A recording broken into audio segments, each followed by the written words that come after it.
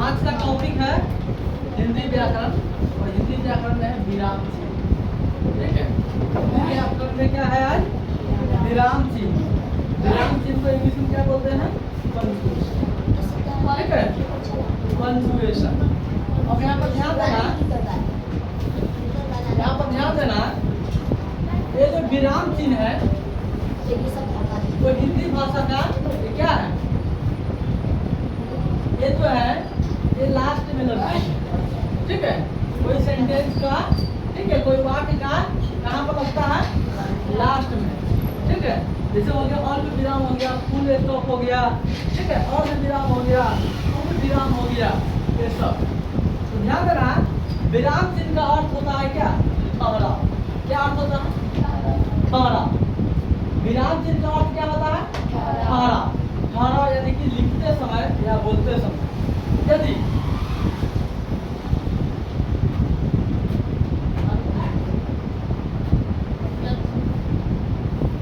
लिखते समय या बोलते समय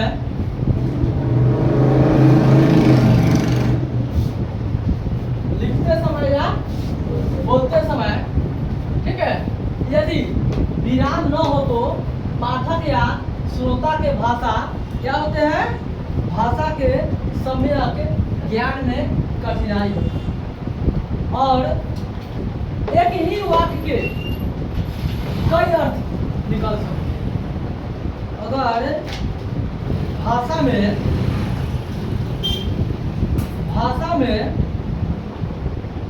या किसी भाषा को, ठीक ना, लिखते समय या बोलते समय अगर ठहराव न हो तो क्या होगा? ठहराव न हो तो क्या होगा?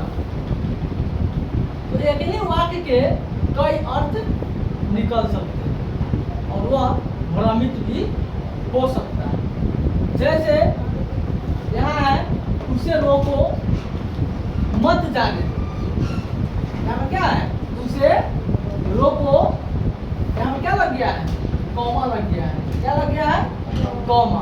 कॉमा को हिंदी में क्या बोलते हैं? अल्प विराम बोलते हैं। क्या बोलते हैं? कॉमा को हिंदी में क्या बोलते हैं? अल्प विराम बोलते हैं। ठीक है, अगर ये कॉमा नहीं लगता तो क्या हो जाता?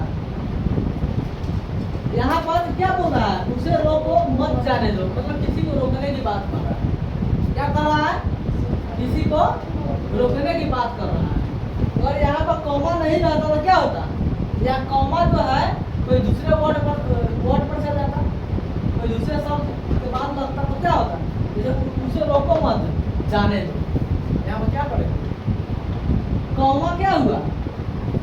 एक शब्द के बाद लगा, मतलब यहाँ पर रुकने के लिए नहीं कह रहा है, यहाँ पर क्या कर रहा है? जाने के लिए कह रहा है। वही कॉमा जो है इस शब्द से पहले लगा हुआ है, तो क्या कर रहा है? उसे रोको मत जाने दो। मतलब ऊपर में रोकने की बात कर रहा है और नीचे में जाने की बात कर रहा है। एक कॉमा से कितना फर्क पड़ गया? पड़ा कि नहीं पड़ा? तो यही क्या होता है? यही विराम चिन्ह होता है। ठीक है, जो शब्द को ठहरने के लिए प्रेरित करता है। जैसे यहाँ ध्यान देना, उपयुक्त दोनों वाक्यों के अर्थ में जो अंतर दिख रहा है वह सिर्फ विराम चिन्हों के प्रयोग के कारण ही ऐसा दिख रहा है। इसी प्रकार अन्य विराम चिन्हों के प्रयोग से भाव में अंतर भी आता है। भाव में भी अंतर आता है इसी विराम। अतः विभिन्न विराम चिन्हों और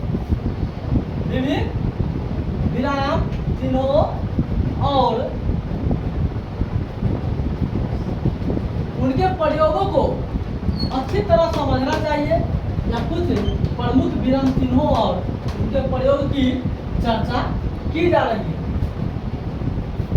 जिसको ध्यान में काफी रखना है। ठीक है, जैसे आप बताते हैं, यहाँ पर अल्प विराम की बात हो रही है। क्या, कौन सा विराम का? अल्प विराम, जिसको हम क्या बोलते हैं? कॉमा बोलते हैं।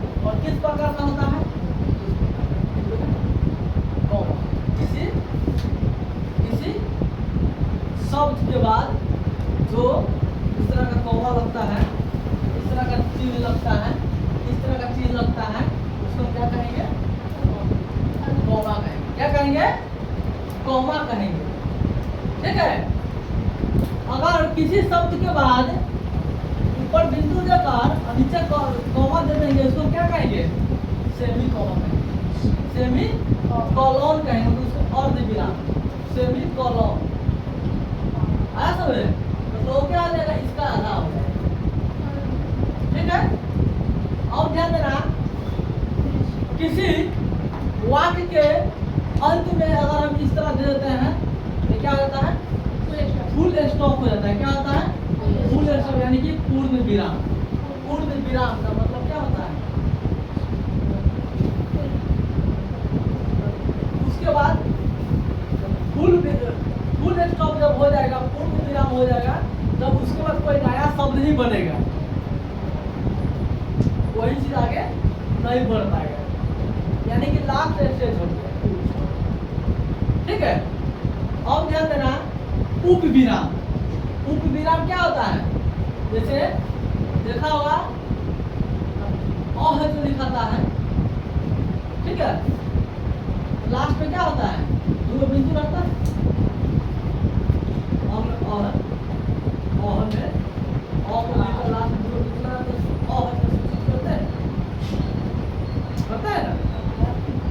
तो उसको हम क्या बोलेंगे?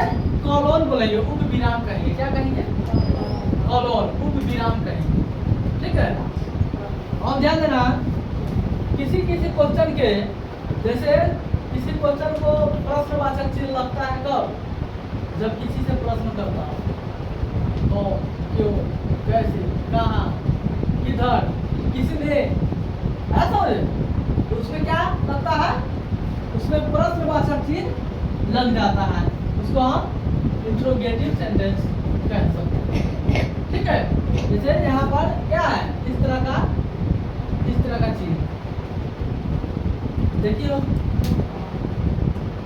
अब आता है विस्मयादि बोधक चिन्ह। विस्मयादि बोधक चिन्ह यानी कि एक्सक्लेमेशन। क्या होता है? एक्सक्लेमेशन। जैसे कहा जाता है ना, किसी को संबोधन करने के लिए क्या होता है? हे भगवान, अरे, ठीक है, ओए, ओहो। ठीक है। उसमें क्या होता है? उसमें विस्मयादि बोधक यानी कि एक्सक्लेमेशन चिन्ह का प्रयोग उसमें होता है। ठीक है। और सातवां है संयोजक चिन्ह, हाइपेन उसको बोलते हैं। क्या बोलते हैं? हाइपेन। जैसे माता पिता बोल दो। क्या बोल दो? जैसे माता पिता बोल दो। क्या चीज? माता पिता। इसके बीच में क्या लगता है? हाइपेन लगता है। क्या लगता है? हाइपेन। उसको संयोजक चिन्ह। क्या लगता है? हाइपेन। ठीक है।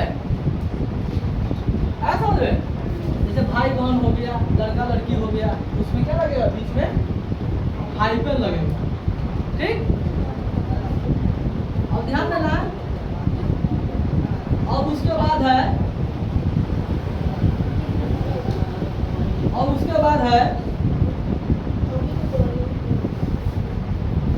Inverted comma. क्या चीज है? Inverted comma. आया समझ रहे? तो इन्वर्टेड कॉमा यहाँ है।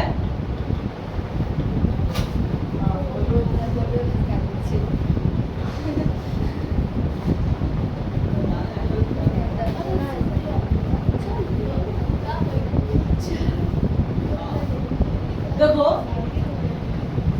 इन्वर्टेड कॉमा क्या होता है? तो यहाँ देखो, इन्वर्टेड कॉमा किसी वाक्य के शुरू में इस तरह लगता है, जब वाक्य खत्म होता है तो या इसके बीच में क्या होगा? वाक्य होगा। वाक्य के पहले ऊपर और लास्ट में भी ऊपर, तो इसको हम क्या बोलेंगे? इन्वर्टेड कॉमा बोलेंगे। या हम इस तरह भी एक भी लिख सकते हैं। ठीक ना? अब आते हैं कोष्टक ब्रैकेट, ये तो सबको पता है कि इसका प्रयोग कहाँ होता है, मैथ में प्रयोग होता है ज्यादा करके कहाँ प्रयोग होता है कोष्टक का, मैथ में होता है। ठीक है, तो ये जो है ऐसे कोष्टक जो है कि 3 रूप से होता है। कौन कौन कौन कौन? बड़ा कोष्टक, मध्यम कोष्टक और छोटा कोष्टक। ठीक है, तो बड़ा कोष्टक कैसा होता है? बड़ा कोष्टक सीधा इस तरह का होता है। ठीक है, मिडिल कोष्टक कैसा होता है? मिडिल कोष्टक इस तरह का होता है। और निम्न कोष्टक कैसा होता है? ऐसा। तो इस तरह का भी प्रयोग कब करते हैं? तो सबसे पहला निम्न कोष्टक का यूज होता है, उसके बाद मिडल का, उसके बाद जब लगाना पड़े तो ऐसा समझे।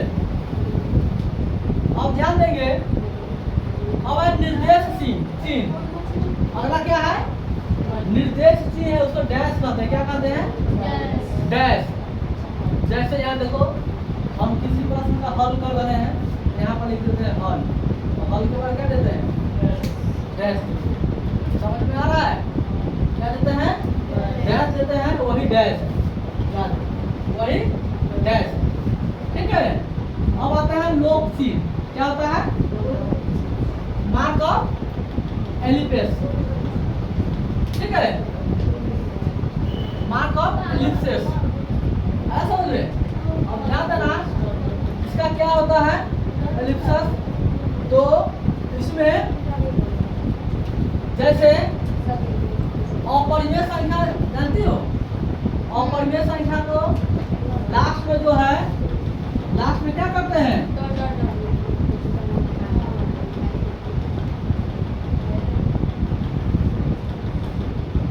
डॉट डॉट देते हैं, ऐसा समझे? डॉट डॉट का मतलब अनंत होता है। क्या होता है? अनंत, मतलब अनंत लिखा जा सकता है। ऐसा समझे? उसको हम क्या कहेंगे? लोक चिन्ह कहेंगे, इलिप्सेस, इलिप्सेस कहेंगे। क्या कहेंगे? लोक चिन्ह। अब है लाघव चिन्ह। ठीक है, लाघव चिन्ह, लाघव चिन्ह क्या होता है? जैसे किसी शब्द के ऊपर में इस तरह का लिखा जाता है, समझ आएगा? किस तरह लिखाता है? इस तरह का लिखाता है, उसको लाघव चिन्ह कहेंगे। अब है पुनरुक्ति चिन्ह। कौन सा चिन्ह है? पुनरुक्ति चिन्ह। देखना, जैसे कोई क्या कहते हैं, ये सब चीज जो है पुनरुक्ति, बार बार जो है कि 2-3 बार जो है कि इस तरह करके 3 बार करके इस तरह लिखाता है, उसको पुनरुक्ति कहते हैं। शुरू में भी लिखाता है, ये सब जो है कि गद्य पद हो गया ना, ये सब जो है लिखाता है। अब है त्रुटि चिन्ह। क्या है? त्रुटि चिन्ह। ठीक है, देखो त्रुटि चिन्ह, कोई गलत चीज हो जाता है, त्रुटि चिन्ह। हाँ, मार्क ऑफ ओमिशंस, कोई गलत चीज अगर हो जाता है तो उसके ऊपर में क्या कर जाता है? इस तरह लगा दिया जाता है और उसके ऊपर सही लिख दिया जाता है। ठीक है, आया समझे? समझाया? जो चीज गलत हो जाएगा, जैसे यहाँ पर गौर करना,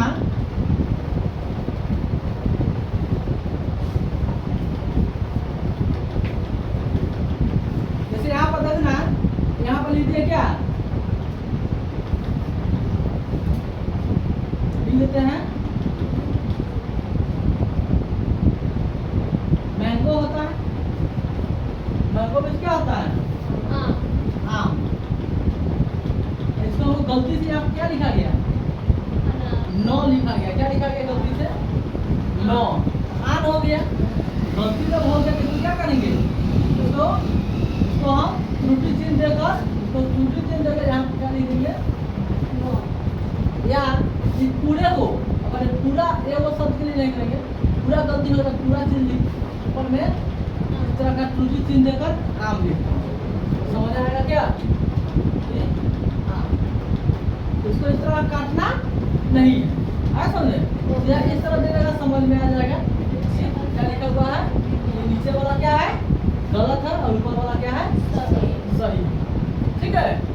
अब आते हैं विराम चिन्ह, कॉलन डैश।